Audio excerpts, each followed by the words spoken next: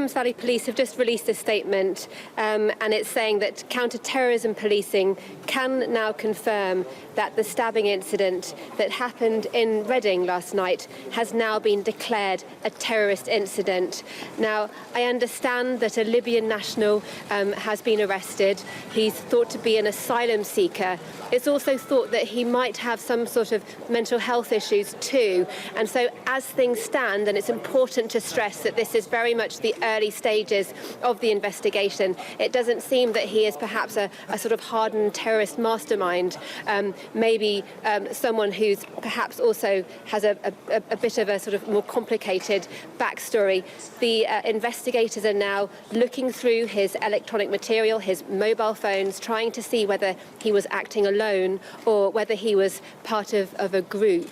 It's thought as things stand that he was acting alone, but again, it must be stressed this is the very early stages of the investigation. Also important to note that as things stand, they don't believe that there is any connection between this Libyan national and the Libyan suicide bomber who blew himself up in Manchester Arena in 2017, a horrific attack that killed more than 20 people, many of them children. This incident thought to be very different to that. The two men, Libyan nationals, that's all they share in terms of similarities as things stand. OK, Deborah, thanks so much. Let's go back to our Home Affairs editor, Mark White. He's in West London. Mark, just a couple of hours after this happened last night, you were saying that sources told you that it was being considered as a possible terrorist incident, and then it changed, it wasn't being considered as one, and now this news. What do you think happened? Well, I think it was an abundance of caution. This has been described to me as a complex investigation in terms of the evidence that was there immediately to hand to point to this man's motivation.